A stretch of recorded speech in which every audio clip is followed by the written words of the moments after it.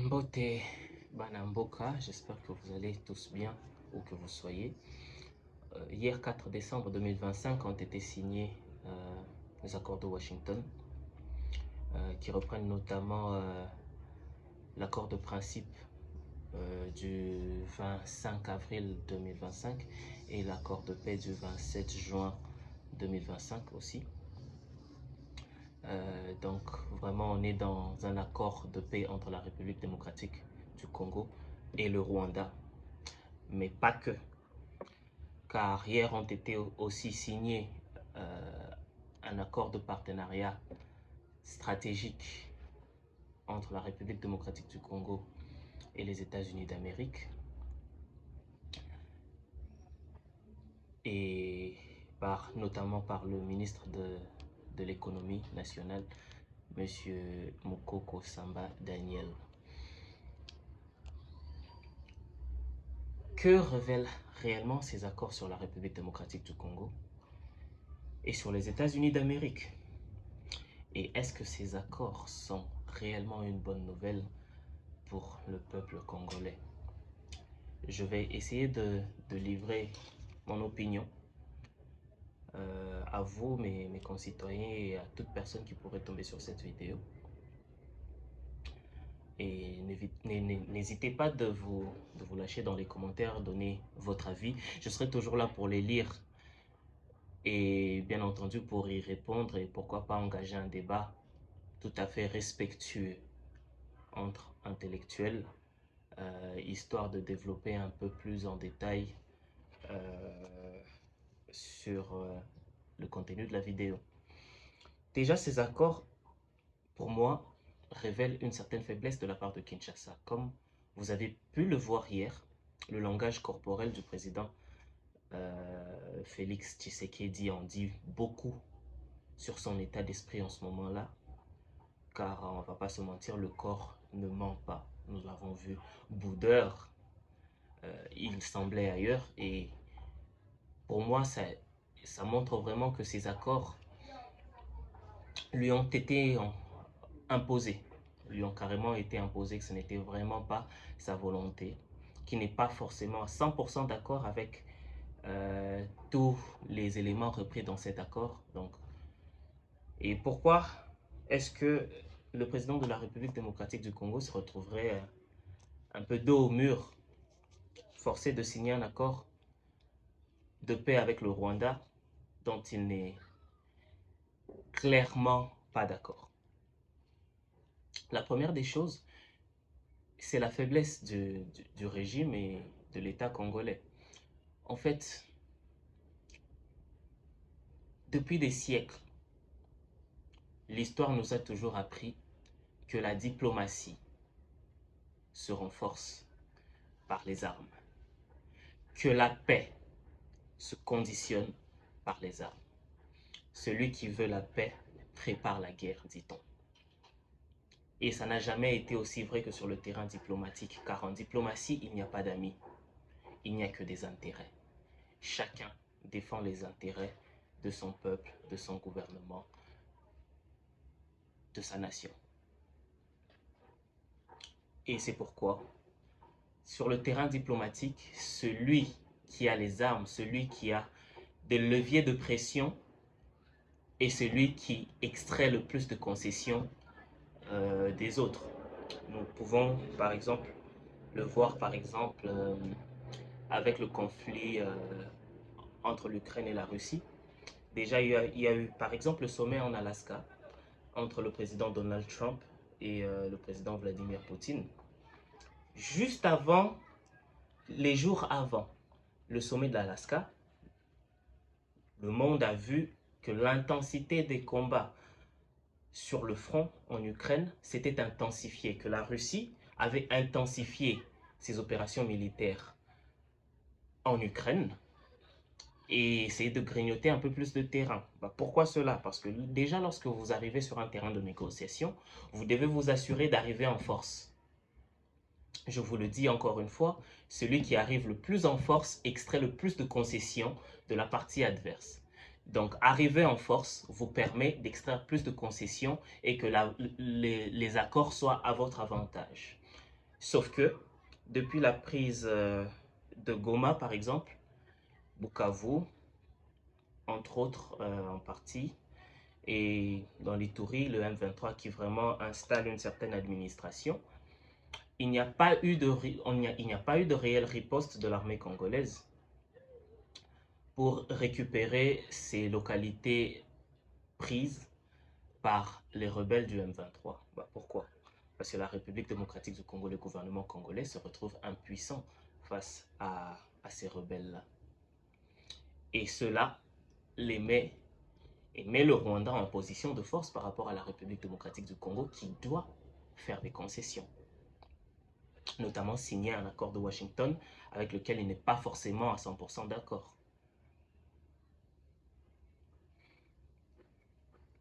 Nous sommes un pays extrêmement riche en minerais stratégiques, en ceci, en cela. Déjà, nos réserves d'eau douce font pâlir d'envie le monde entier. Nos capacités hydroélectriques, notre sous-sol, l'immensité de notre pays, nous avons énormément de millions d'hectares de terres arables, de grandes réserves de méthane, et le lac le plus poissonneux du monde d'ailleurs est en République démocratique du Congo. Donc dans un contexte où vous avez tout cela, le devoir des politiques est de faire en sorte que la République démocratique du Congo soit un État fort. C'est-à-dire, il faut que nous soyons toujours, constamment, dans la course à l'armement et dans la course aux technologies les plus pointues militairement parlant. Pourquoi? Parce que nous attirons de la convoitise. Et justement, pour pouvoir défendre ce qui est le nôtre et pour pouvoir peser à l'international avec ces ressources dont tout le monde a besoin, notamment pour les batteries des véhicules électriques, les smartphones avec le cobalt, le coltan, nous devons être forts pour pouvoir être en capacité de dicter des conditions lors de différentes négociations. Oui, vous voulez nos minerais, vous voulez ceci, vous voulez cela, voilà nos conditions. Et pouvoir être fort lors de ces négociations passe nécessairement par être fort militairement, être capable de défendre chaque centimètre carré du territoire national, chose que nous avons été incapables de faire. Ce qui fait que dans quelconque négociation, nous arrivons en position de faiblesse.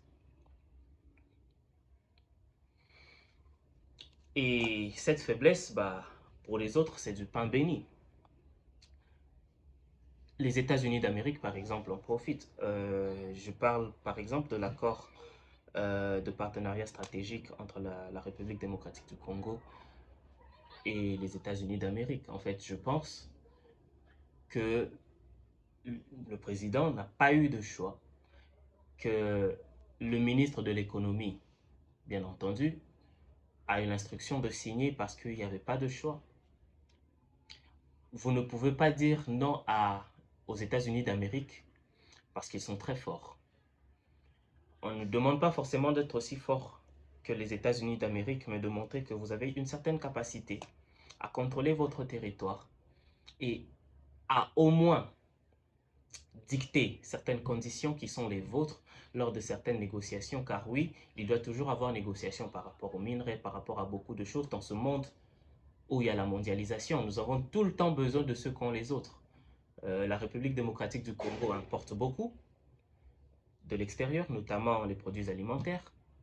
Nous avons les ressources minières des minéraux stratégiques dont les autres ont besoin, donc il faut quand même aussi les exporter, par exemple.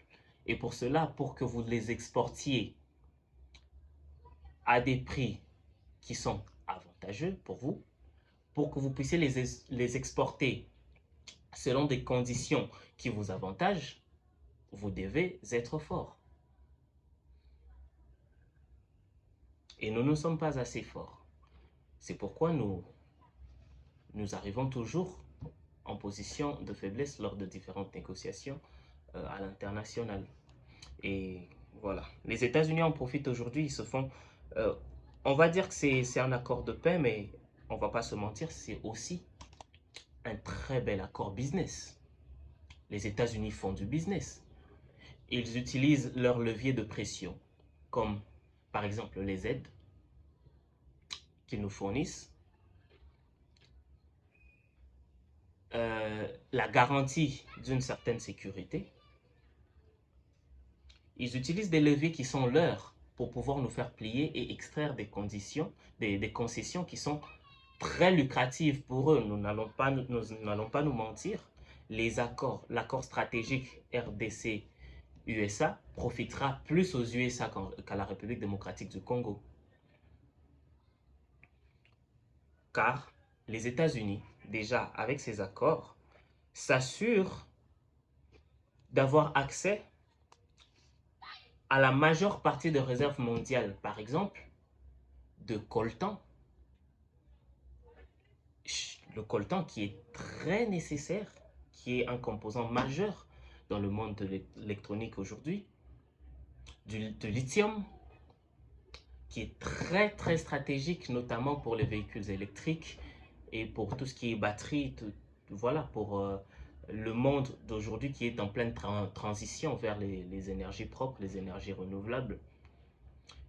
Il s'assure par ces accords d'avoir accès à la plus grande réserve mondiale, notamment de cobalt, d'étain, ce qui lui permet quand même d'avoir une option non négligeable sur la Chine, qui justement en a aussi besoin.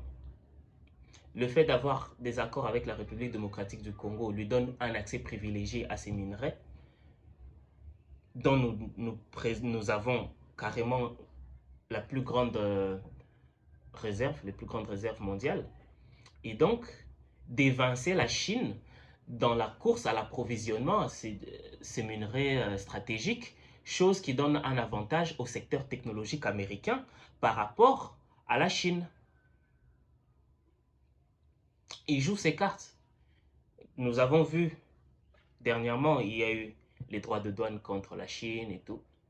Nous avons vu l'interdiction de l'exportation des puces les plus avancées d'NVIDIA, par exemple, vers la Chine pour éviter que le domaine de l'IA puisse évoluer très vite en Chine et garder un certain écart générationnel dans la puissance computationnelle, notamment en IA, dans le domaine militaire. Il y a vraiment eu cette interdiction-là d'exporter les puces les plus avancées de la firme NVIDIA pour pouvoir distancer la Chine. Et ceci, pour moi, ces accords sont une étape de plus dans le fait que les États-Unis essaient de prendre le plus contrôle possible maintenant de grandes réserves de minerais stratégiques qui pourraient bénéficier à la Chine et s'assurer une certaine hégémonie technologique pour les décennies à venir. Pour les États-Unis d'Amérique, c'est un coup de maître. Et ce sont des dizaines, de centaines de milliards qui vont en découler parce que les États-Unis pourront proposer justement plus facilement des produits technologiques qui seront à la pointe, vraiment qui seront ce qui se fait de mieux, car ils auront un accès abondant aux minéraux stratégiques qui permettent l'implémentation de ces technologies pointues et qui pourront rendre encore plus addict le monde aux produits américains. Et dans tout cela, bah, nous, voilà, un petit financement pour, je pense, le barrage d'Inga. Essayer de voir, ils vont renforcer un peu l'implémentation et le fonctionnement du corridor de Lobito et tout ça. Mais ce sont des apports qui seront négligeables par rapport à ce que gagnera les États-Unis dans ces accords. Nous aurons une petite part et les États-Unis s'assureront la part du lion, s'assurant l'hégémonie technologique mondiale, l'hégémonie militaire, l'hégémonie économique.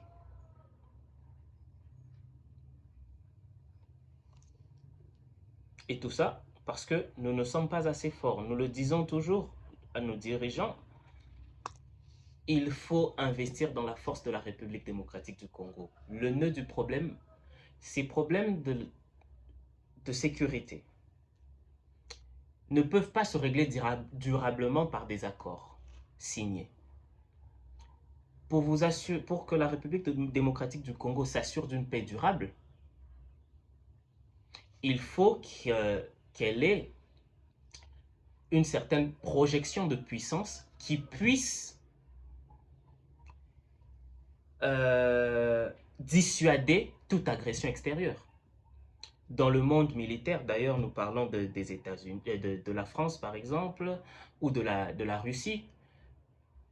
On ne va pas les déranger là-bas parce qu'ils ont ce qu'on appelle la dissuasion nucléaire. Ok, nous ne sommes pas au niveau d'avoir une dissuasion nucléaire, mais au moins avoir eu des forces armées assez fortes, des services de sécurité bien établis et performantes, nous permettent quand même de dissuader nos voisins de nous attaquer. C'est comme ça qu'on assure la paix. Quand vous êtes trop fort, les autres y pensent à 2 fois avant de vous donner un coup. Vous n'allez pas chez les États-Unis ou chez le voisin pour signer des accords et que vos agresseurs puissent se retirer. C'est plus à vous d'abord de repousser l'agression qui vient d'ailleurs. Et nous nous sommes montrés incapables de faire cela, ce qui montre déjà que ces accords sont fragiles, car les forces qui pourraient être tentées de nous attaquer par appât du gain savent pertinemment que la République démocratique du Congo n'est pas assez forte pour répliquer. Et donc, la paix sera très fragile. Pour garantir la paix, il faut nécessairement que le monde sache que c'est une très mauvaise idée de vous attaquer. Nous avons vu, pour exemple concret, l'Irak qui a envahi le Koweït avec Saddam Hussein, bien sûr. Les États-Unis ont répliqué directement. En un rien de temps, ils ont capturé Saddam Hussein. Il a été pendu aux États-Unis, un chef d'État, le chef d'État irakien. Tout est parti de l'invasion du Koweït. Les États-Unis n'ont pas blagué. Mais nous assistons aujourd'hui à l'invasion de l'Ukraine par la Russie. Les conditions sont un peu différentes, mais ça reste l'invasion d'un État souverain. Et il y a la Russie qui attaque l'Ukraine. C'est depuis 2022, ça fait 3 ans, si je ne me trompe pas. Ça fait 3 ans déjà. Cependant, en 3 ans, les États-Unis n'ont jamais attaqué la Russie, ni l'Europe, ni personne. Personne ne va là attaquer la Russie, envoyer des troupes au sol, faire des opérations du genre opération tempête du désert. Personne ne va déranger la Russie. Pourquoi? Parce qu'en diplomatie, la loi du plus fort est toujours la meilleure. Et aujourd'hui, nous sommes à un point où il y a des accords qui sont prêts à être signés, où la Russie récupère des territoires à l'Ukraine. La Russie est gagnante de ces accords uniquement du fait de sa puissance. En diplomatie, la raison du plus fort est toujours la meilleure. Et nous ne montrons pas notre puissance et la politique gouvernementale ne montre pas l'ambition de devenir un État fort. Et cela ne présage rien de bon pour la situation sécuritaire à l'est du pays où se concentrent les minerais stratégiques dont a besoin le monde entier. Car un État faible attire les envahisseurs. Nous ne pouvons pas avoir la paix tant que nous n'avons pas les armes. La course à l'armement ne fait pas de vous un État voyou ou un État belliqueux. Ça fait de vous un État qui est prêt à tout pour défendre sa souveraineté. Donc, sincèrement pour moi, cet accord de paix, il faudra voir dans les prochains jours s'il y a une certaine paix qui s'installe. Mais déjà, je vous le dis clairement, c'est qu'une paix pérenne n'est pas possible tant que la République démocratique du Congo n'a pas une armée qui fait peur. Nous ne faisons peur à personne, même pas à de groupes armés. Nous ne faisons peur à personne donc. nous sommes toujours vulnérables à de prochaines attaques. Et surtout que nous leur avons montré que quand on nous attaque, la riposte vigoureuse en cours prend des siècles et que nous nous en remettons à des acteurs étrangers pour faire une certaine médiation et espérer une paix à travers des accords dont nous ne sommes pas maîtres.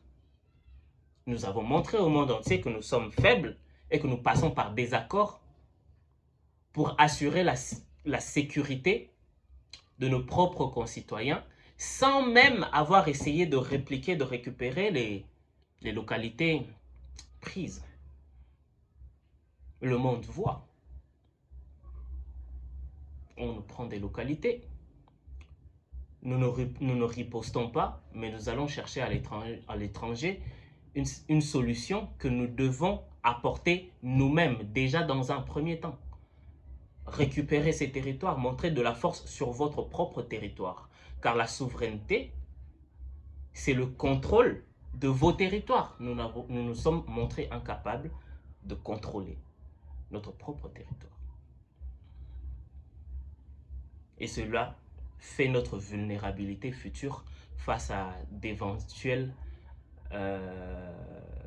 États, voyous ou groupes armés qui pourraient justement vouloir occuper encore une fois plus de terrain et exploiter illégalement nos minéraux.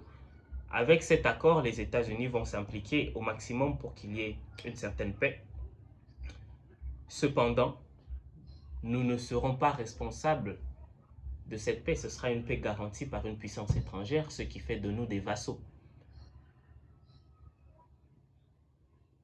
Et on ne peut pas être un gouvernement, un État, et même un président qui prône, qui dit à chaque fois la République démocratique du Congo est un État souverain, mais s'en remettre à une puissance étrangère pour assurer votre sécurité face à un groupe armé comme le M23. C'est une dichotomie criminelle. Donc voilà, les États-Unis vont se faire plein les poches. Nous allons avoir quelques miettes, mais surtout, il y a vraiment l'inquiétude par rapport au message que nous avons diffusé au monde, celui selon lequel nous ne pouvons pas chasser des envahisseurs de notre propre territoire, mais nous nous en remettons à des accords contraignants imposés par des États étrangers. Et de ce fait, nous avons clairement exposé les limites de notre souveraineté sur notre propre territoire et sur notre propre politique extérieure, sur notre propre diplomatie. J'ai entendu lors du débrief la ministre, Madame la ministre des Affaires étrangères de mon pays, la République démocratique du Congo, dire que justement ces accords sont a pathway to long-lasting peace. En d'autres termes, la voie vers une paix durable. Madame la ministre, il n'y a pas de paix durable quand vous ne faites pas peur.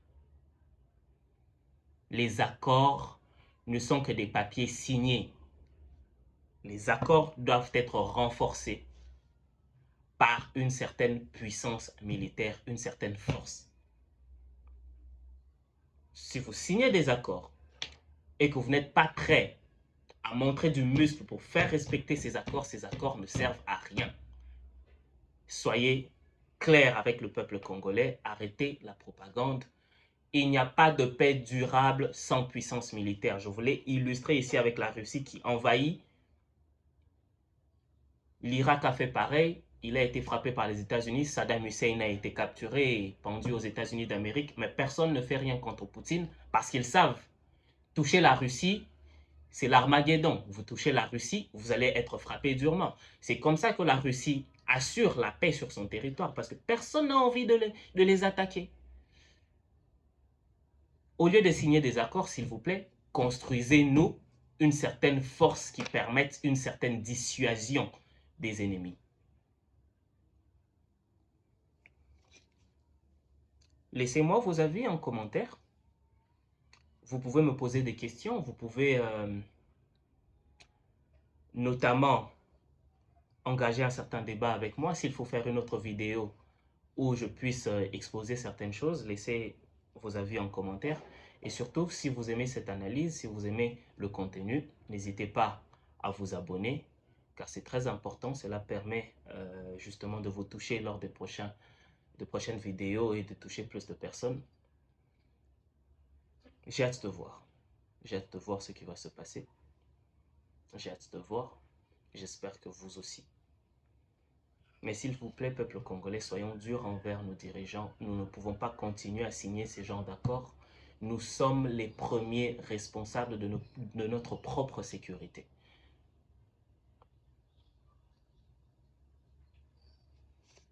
Que Dieu vous bénisse et à la prochaine. Merci.